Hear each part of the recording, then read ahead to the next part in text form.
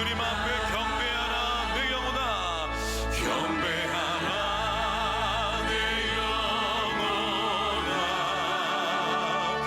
경배하라 내 영혼아. 온 마음과 정성 다하여 주 경배하라.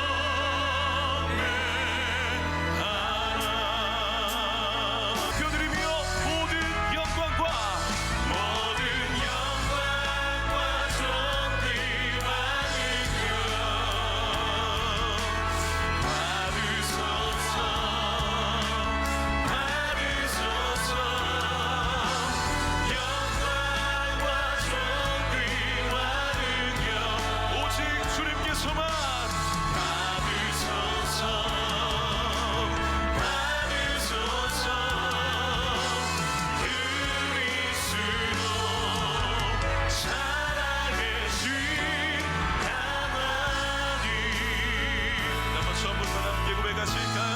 주님 큰 영광 받으소서, 주님 큰 영광 받으소서. 홀로 찬양 받으소서. 모든 이들 위에 뛰어난 그 이름, 온 땅과 하늘이 다 찬양해. 겸손하게 우리 무릎 꿇고 그 이름 앞에만, 주 이름 앞에 영광 올리세. 모두 절하세 독생자의 주님께 찬양 드리리, 주님께 찬양 드리리. 모든 영광과 존귀와 능력 받으소서, 받으소서. 영광과 존귀와 능력 받으소서, 받으소서.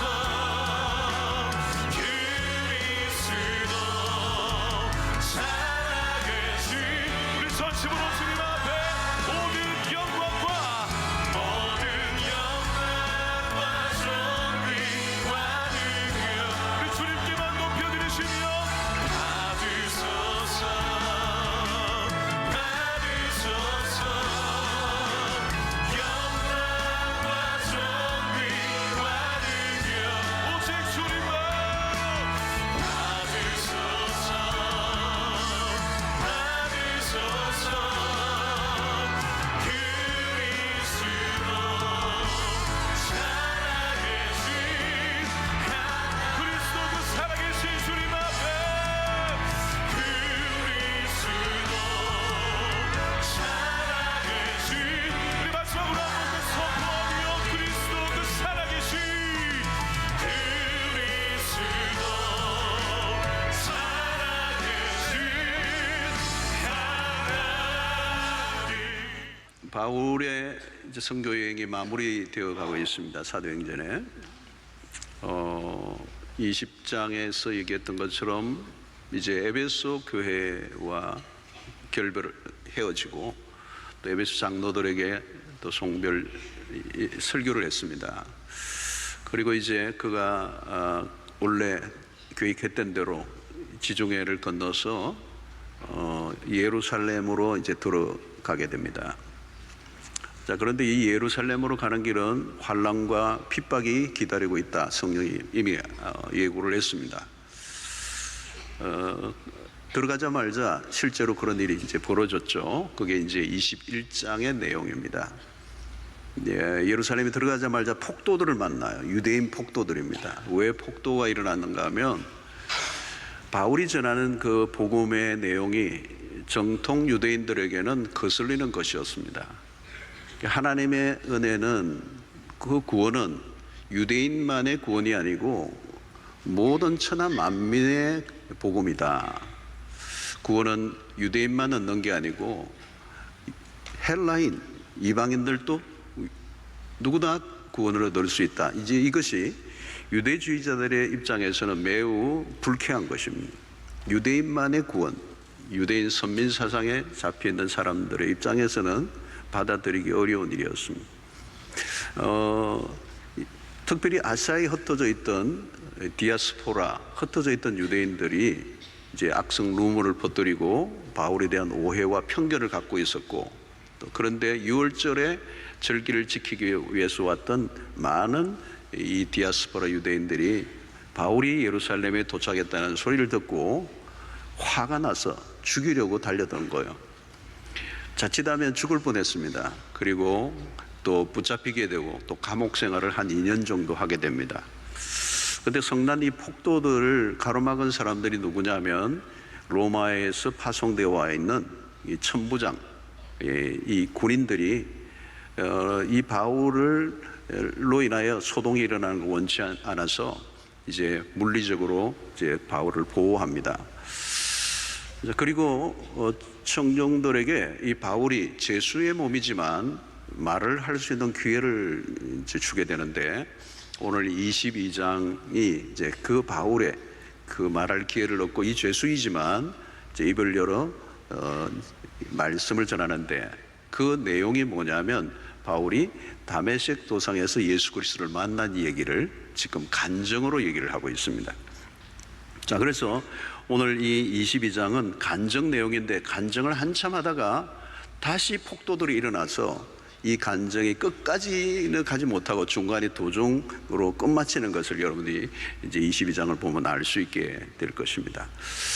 특별히 바울은 오늘 22장에서 자신의 회심의 사건을 이제 얘기합니다. 여러분, 다메섹 도상에서 바울이 예수를 만난 사건의 이 다메섹 사건의 이야기가 사도행전에 3번 나와요. 이미 9장에서 나오고, 그 다음에 오늘 22장에서 나오고, 그 다음에 26장에서 한 번 더 나옵니다. 자, 다메섹 사건이 꽤 긴데도 불구하고 사도행전에 3번이나 반복하는 것은 아마 어떤 의미가 있을 것입니다. 그리고 9장에서는 3인칭으로 사용하는데, 그리고 22장과 26장에서는 1인칭으로 이제 자기 얘기를 하고 있습니다. 자, 바울은 세월이 이제 한참 흘렀습니다. 다메섹 도상에서 예수님을 만난 그 사건이 이제 굉장히 긴 시간이 흘렀어요. 그렇지만 잊을 수 없는 사건이죠. 예수 그리스도를 만난 사건, 자기의 인생을 완전히 송두리째 바꿔놓은 이 사건을 바울이 어떻게 잊을 수가 있겠습니까? 그래서 그는 이제 그 청중들을 향하여 내가 왜 예수 믿는 사람들을 잡아 가두고 죽였던 내가 왜 이제 예수의 증인이 되고 오히려 그 일로 인한 내 삶이 핍박을 받고 힘든 삶으로 이 대전환을 하게 된 이유가 뭐냐, 이제 그 얘기를 지금 간증의 형태로 말씀을 하고 있는 거죠. 자, 이 간증의 내용은 오늘도 이제 귀한 간증을 하셨는데요. 여러분들이 우리가 이제 다 누구나 이제 간증을 할 수 있어야 되는데, 이 간증의 전개 방식이 무엇입니까? 첫 번째는 내가 예수 믿기 전에 어떤 사람이었는가, 이게 이제 나와야 되죠, 그죠? 내가 옛날에 어떤 사람이었는가, 어떻게 살았는가, 그리고 나는 어떻게 예수를 믿게 되었는가, 그리고 믿고 난 다음에 내 삶은 어떻게 변했는가. 그래서 이 간증이 매우 중요한 겁니다. 여러분들도 간증을 갖고 있어야 돼요. 요약된 간증. 누군가에게 말할 수 있는 기회가 온다면 내가 이 얘기를 해야 돼요. 내가 예수를 믿기 전에는 이랬던 사람이다. 그런데 내가 이렇게 해서 예수를 믿게 되었다. 그리고 믿고 난 이후에 내 삶이 이렇게 변했다. 이 얘기를 할 수 있어야 돼요. 그래서 예수를 믿기 전과 믿고 난 이후가 분명해야 된다는 거예요. 중요한 것은 나는 어떻게 예수를 믿게 됐느냐는 거예요. 내가 그리스도를 어떻게 만나게 됐느냐, 내가 만난 예수는 도대체 어떤 분인가, 이 얘기를 답을 해야 된단 말이죠. 그래서 오늘 이 본문을 보면 바울이 그의 과거를 먼저 이제 소개를 해요. 유대인으로서 나는 유대인으로 길리기아 다소에서 났다. 가말리엘 문화에서 율법의 엄한 교육을 내가 받았다. 당신들처럼 나도 하나님에 대해서 열심을 냈던 자고 정통 유대인이다. 난 예수를 따르는 사람들 박해하고 사람을 죽이기까지 하고 남녀를 끌어다가 옥에 넘겼던 사람이다. 그 일에 대해서 뭐 여기 이미 나를 알고 있는 정인들, 장로들이 있을 것이다, 이 얘기를 하고 있는 거죠. 그러니까 바울이 강조하는 것은 자신이 얼마나 유대교와 율법에 충실했던 자인가, 자신의 과거의 이력을 얘기하는 거죠. 그래서 이 얘기를 하는 이유는 뭘까요? 내가 이런 과거에 열심을 내던 자가 돌이켜 예수를 믿게 된 이유가 있다는 거죠. 여러분, 바울은 그야말로 조직의, 유대교 조직의 핵심적이고 바리새파 중에 바리새파고 행동대장이고 열심 중에 열심을 냈고 그냥 적을 두고 그냥 대충 지낸 사람이 아니고 그야말로 그냥 골수분자 중에 골수였는데 어떻게 그가 다른 사람이 넘어가도 나는 넘어갈 수 없는 사람이었다는 거죠. 근데 쇼킹한 일이 일어난 거죠. 한순간에 유대사에 공적이 된 거예요. 이 어떻게 이런 변화가 일어날 수 있느냐는 거죠. 사실 바울 사도의 이 터닝, 변화는 믿을 수 없는 거죠. 아무리 넘어가도 바울이 넘어가다니, 바울이 예수를 믿다니, 바울이 우리의 적이 되다니, 이게 상상할 수 없는 거예요. 왜? 유대교의 가장 핵심적인 인물이죠. 갑자기 이제 궁금해지는 거죠. 왜? 얼마나 대단한 일이 일어났길래, 그죠? 뭐 술 끊은 정도, 뭐 담배 끊은 정도, 이런 정도가 아니에요. 예수에게 완전히 생포를 당하고 예수에게 생명을 거는 사람으로 바뀌어버린, 예수 믿는 사람을 잡아가두는 사람이에요. 죽였던, 스데반이 죽는 일에도 가담을 했던 사람입니다. 그런데 어떻게 이제는 예수를 증거하다가 자기가 죽을 판이 된 거죠. 여러분, 이것은 그냥 일어나는 일이 아닙니다. 그가 예수를 만나는데 그 예수는 어떤 예수였습니까? 바로 부활 예수. 다메섹에 가까이 갔을 때 오정점에 호련히 하늘로부터 큰 빛이 나를 둘러쌌다는 것. 순간 엎드려지고 하늘에서 소리가 나는데, 사울아 사울아 내가 왜 나를 핍박하느냐, 박해하느냐. 하늘에서 음성이 들리는 거예요. 주님 누구시니까? 나는 너가 박해하는 나사렛 예수다. 그는 눈이 한순간에 멀어버리고 한순간에 쓰러져 버렸어. 그리고 아나니아의 도움으로 다시 일어나지만 아라비아로 가서 3년 지나다가 예루살렘으로 돌아오는 그 이야기까지가 오늘의 22장에 끝나는 거예요. 자, 여기서 우리가 생각할 것은, 간증의 핵심은 지금 자신에게 일어난 변화입니다. 그런데 이 변화가 그냥 변화가 아니라 현격한 변화.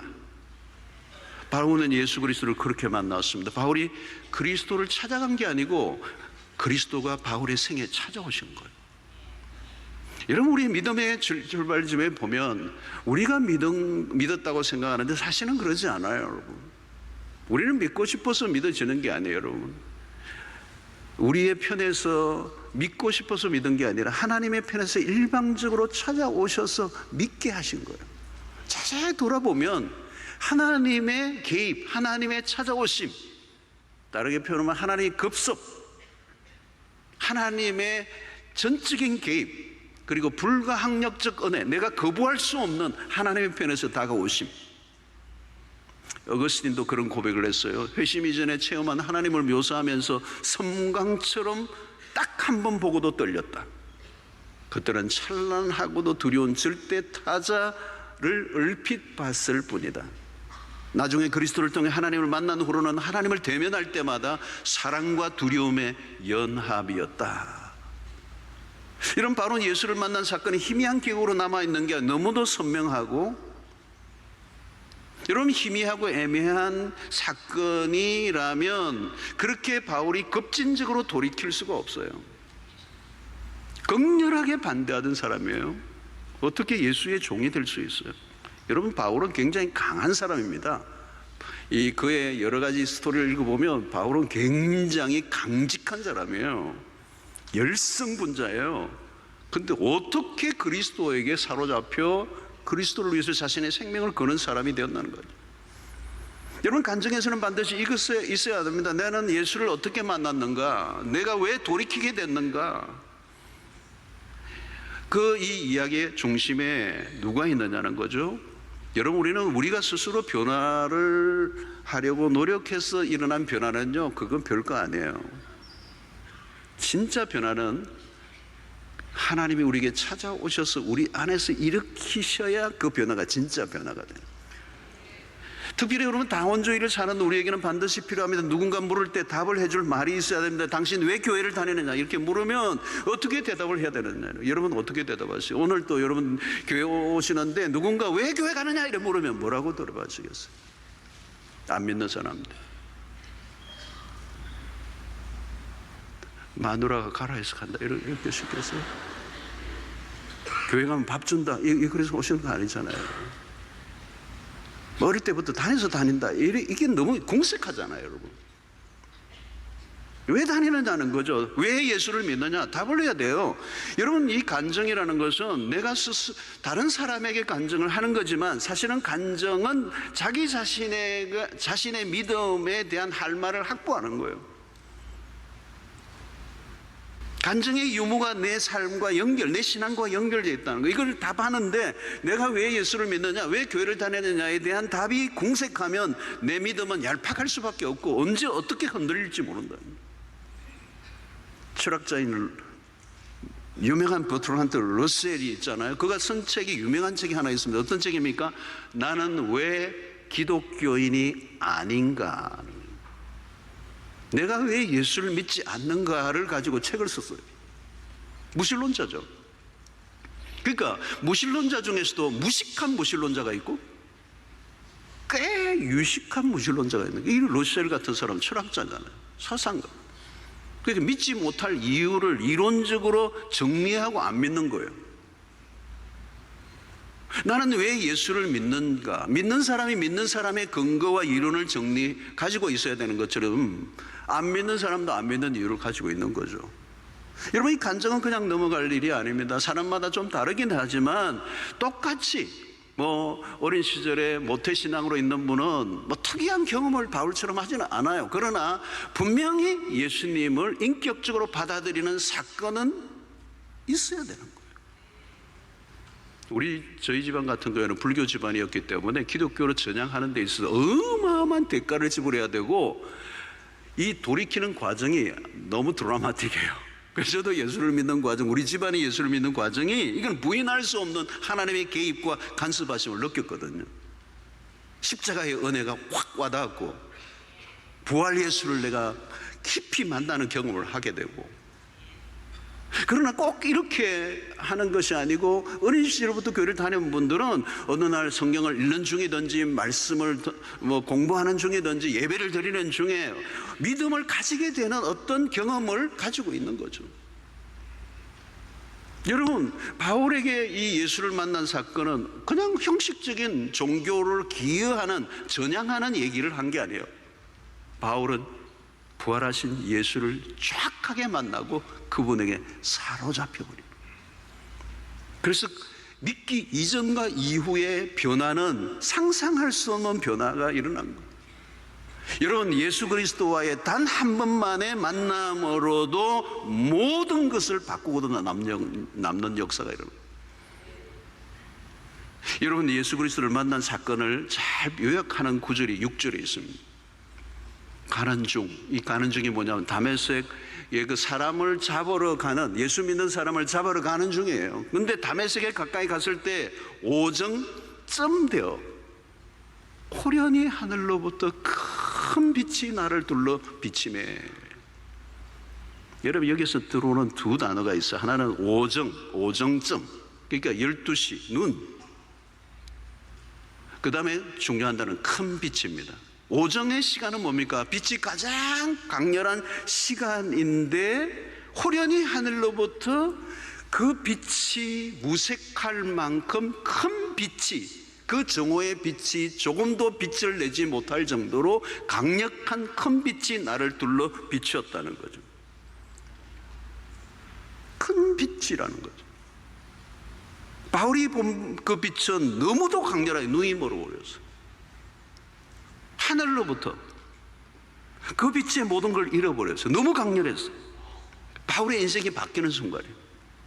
여러분, 이 큰 빛을, 여기 큰 빛이라고 그랬는데요, 이 빛은 무엇을 의미할까요? 요한복음 1장 9절을 보면 이렇게 표현합니다. 참빛, 곧 세상에 와서 각 사람에게 비추는 빛이 있었나니. 자, 바울이 본 그 큰 빛은 무슨 빛일까요? 참빛이라는 거. 어둠에서 벗어나게 하는 빛. 이 빛이 바울의 인생을 완전히 돌려놓았어. 여러분, 그 빛을 본 사람은 다시는 이전처럼 살 수가 없어요. 이전에 그가 봤던 빛들은 빛이 아니에요. 거짓된 빛, 현란하게 우리의 눈을 끌어당기고 우리를 현혹시키는 빛, 정말 그것을 보면 내 인생의 빛을 비출 것 같이 따라갔지만 거짓된 빛. 바울은 율법에 열심을 다하고 유대교에 충성을 다한 사람이었습니다. 자기가 잘하는 줄 알았어요. 그런데 이 빛을 만나고 나니까 자기가 얼마나 위험한 일을 하고 있었던 걸 깨닫게 되죠. 하나님을 잘 섬긴다고 생각했는데 하나님을 대적하는 자에 있다는 사실을 이 빛을 보기 전에는 깨닫지 못했어요.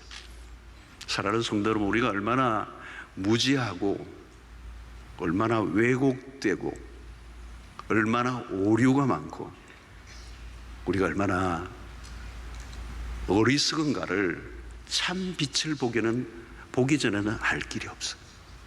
근데 바울이 그 빛을 본 거예요. 큰 빛, 참빛. 여러분, 왜 세상이 이렇게 혼란스러울까요? 어둠에 거하기 때문에, 어둠 속에 있기 때문에.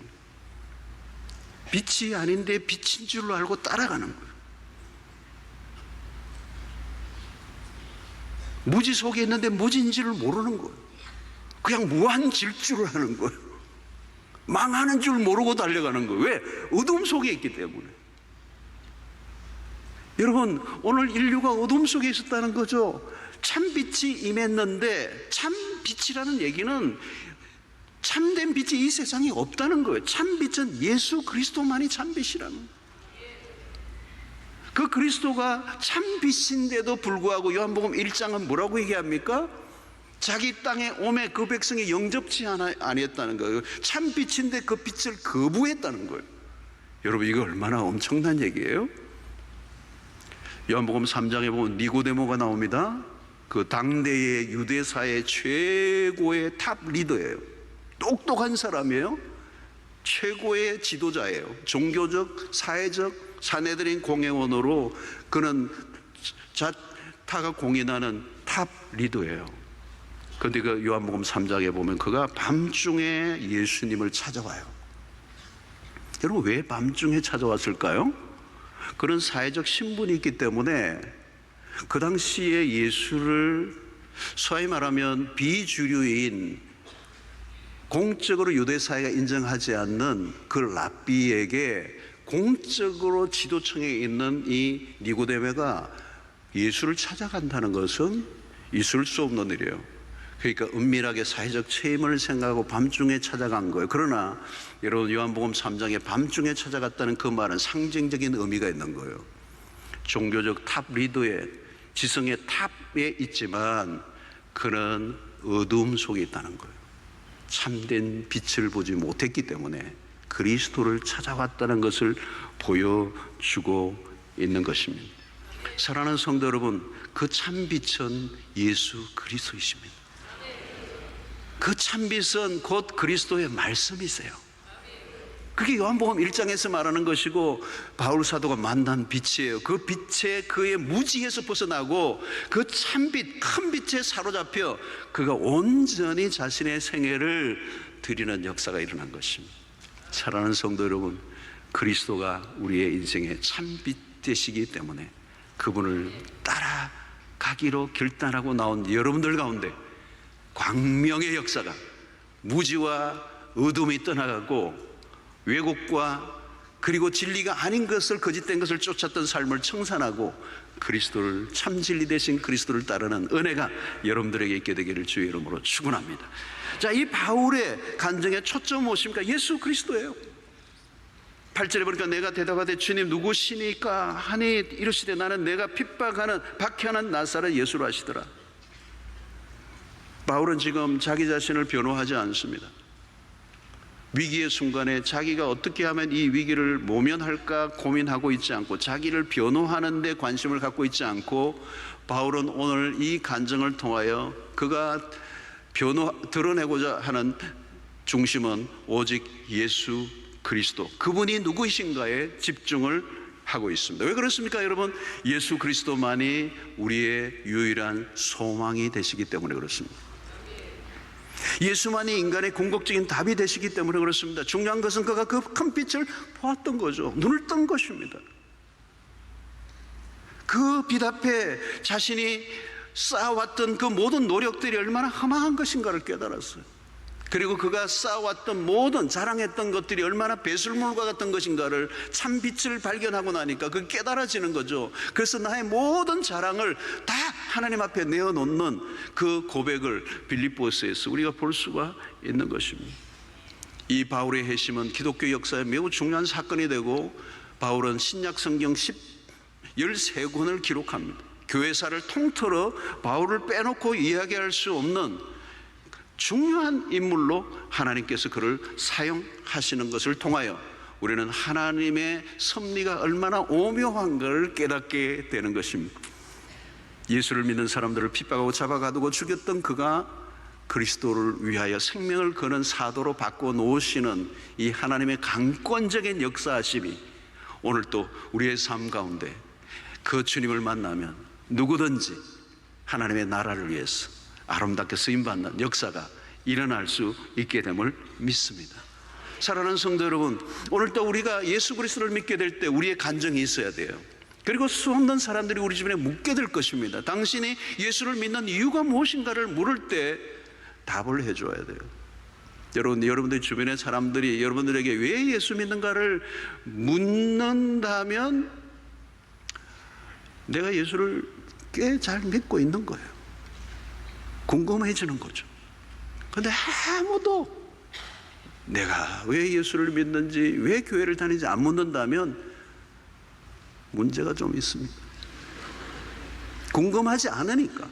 당신 예수 믿는 거 하나도 궁금 안 해. 당신 보니까 나하고 똑같아. 묻지 않죠. 물어야 정상이에요. 베드로전서 3장 15절에 보니까 너희 마음에 그리스도를 주로 삼아 거룩하게 하고 너희 속에 있는 소망에 관한 이유를 묻는 자에게는 대답할 것을 항상 준비하되, 소망의 이유를 관한 이유를 묻는 자들에게 대답할 것을 항상 준비하라는 거예요. 소망에 관한 이유. 여러분, 세상은 결국은 소망이 있는가라고 질문을 해야 돼요. 이 세상에 소망이 있는가? 내가 기대하고 내가 꿈꾸는 그것이 이루어지면 과연 소망이 이루어지는 것인가? 내가 기대하고 내가 노력하고 내가 피땀 흘려서 이루어놓은 그 이루어진 그것이 만약에 이루어진다면 과연 내 삶의 소망이 이루어지는 것인가? 만족할 것인가? 행복할 것인가? 여러분 자신할 만한, 대답할 만한 것을 가지고 있습니까? 여러분, 이 세상에는 그런 게 없어요. 왜? 이 세상은 고통의 문제를 해결할 길이 없어요. 이 세상은 죽음의 문제를 해결할 길이 없어요. 여러분, 우리나라도 찢어지게 가난했던 시절에는요, 밥 먹고 살기만 하면 문제가 다 해결할 것처럼 생각했어요. 경제, 그래서 잘 살아보세요. 그게 우리의 삶의 기치였어요. 과거에 우리의 모든 나라의 모든 것은 잘 살게 됐어요. 세계 경제대국이에요. 소망이 이루어졌습니까? 아니요. 이전보다 더 불행해진 것 같아요. 행복 지수는 더 떨어졌어요. 자살률은 훨씬 더 치솟아서요. 정신병자는 더 많아졌어요. 어디에 소망이 있는 것입니까? 우리가 어디로 달려가는 것입니까? 소망에 관한 이유를 묻는 사람에게 우리가 무엇을 대답할 것인가를 항상 준비하고 있어야 되는데, 그게 도대체 어디에 있느냐라고 하는 거죠.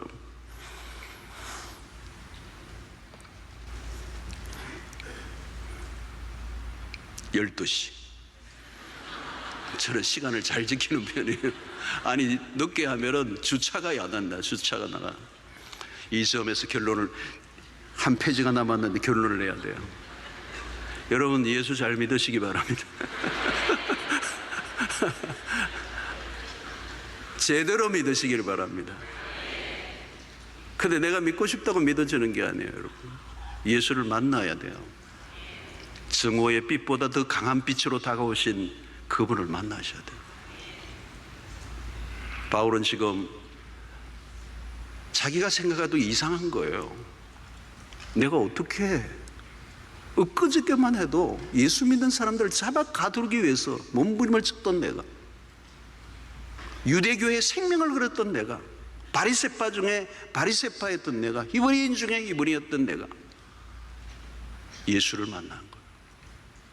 인류의 구원, 만민을 구원하시려고 하시는 그 예수의 십자가에 피 묻은 복음을, 부활의 예수를 만나 가슴이 터지는 거예요.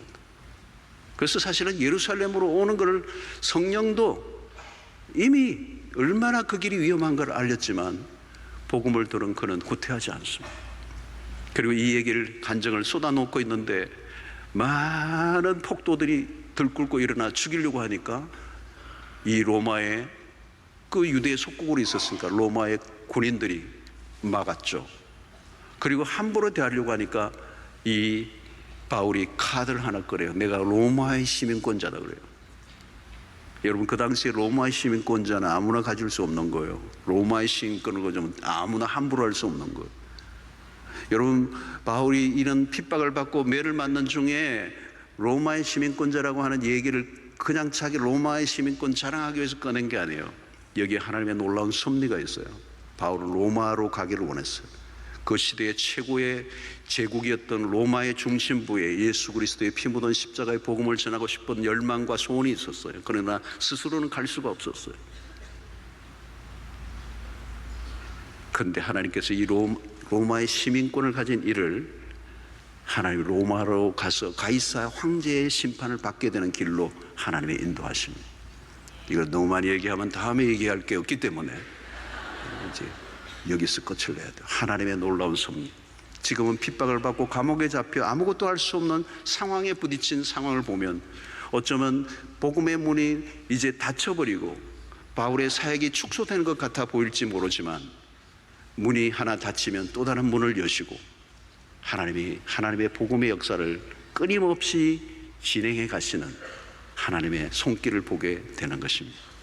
하나님은 지금도 살아 계시고 일하시는 분이시고 복음을 땅끝까지 전거하시는 일에 부지런히 일하시는 그 하나님. 때로는 우리가 복음을 전할 때 매를 맞는 일이 있어도 두려워하지 말아야 할 것은 하나님께서 우리와 함께 하심으로 하나님의 백성들을 구원하실 것을 우리가 믿고 우리는 언제나 씨를 뿌리기만 하면 거두시는 분은 하나님이신 줄로 믿고 어떤 상황이든지 내가 만난 예수를 또 다른 사람에게 증거하는 일에 힘쓰는 여러분들 되시기를 주의 이름으로 축원합니다. 하나님, 오늘 또 우리에게 주신 말씀으로 인하여 우리의 신앙을 다시 한번 확인하게 하시고 내가 누구에겐가 언제든지 나의 간증을 할 수 있는, 그리고 소망의 이유를 묻는 자에게, 이 소망이 없는, 빛이 없는 어둠 속에 살아가는 자들에게 참된 빛으로, 진리로, 그리스도에게로 소망의 이유를 답해 줄 수 있는 믿음의 백성들 되게 하여 주시옵소서. 예수님 이름으로 기도하옵나이다. 아멘.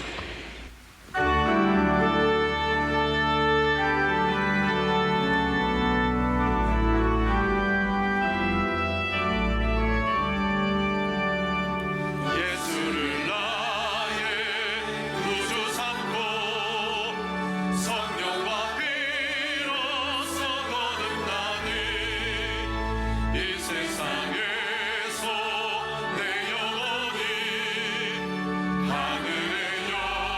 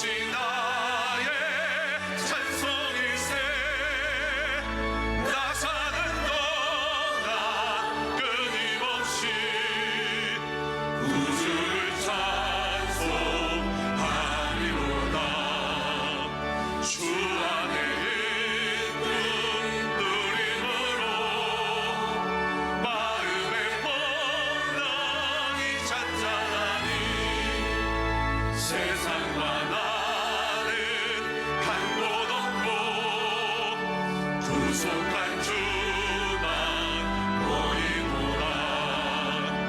이것이 나의 간증이요 이것이 나의 찬송일세.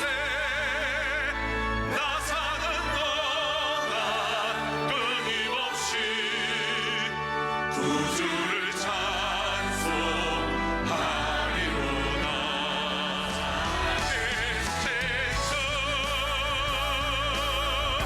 나의 참된 소망 걱정 끝이 전혀 없네. 사랑의 전에 갈 길은 내 모든 삶의 힘도 늦춘다. 살아계신 저 사랑의 쟁터 나의 참된 소망 걱정 끝이 전혀 없네. 사랑의 전에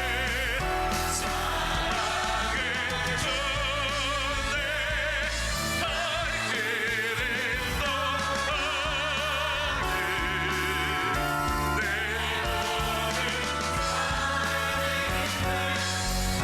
너만이 내 이제는 우리 주 예수 그리스도의 놀라우신 은혜와 하나님의 크신 사랑과 성령의 교통하심이 나에게 찾아오신 예수 그리스도 빛처럼 찬란하게 찾아오신 그 주님을 바라보며 믿음으로 살아가기로 결단할 뿐만 아니라 이제 우리의 주신 삶의 간증을 가지고 하나님 어디에 서든지 누구에게나 내가 예수를 믿는 예수, 그 예수를 자랑하고 선포하기로 결단하고 돌아가는 주의 백성들 머리 위에 지금부터 영원토록 함께 있을지어다. 아멘.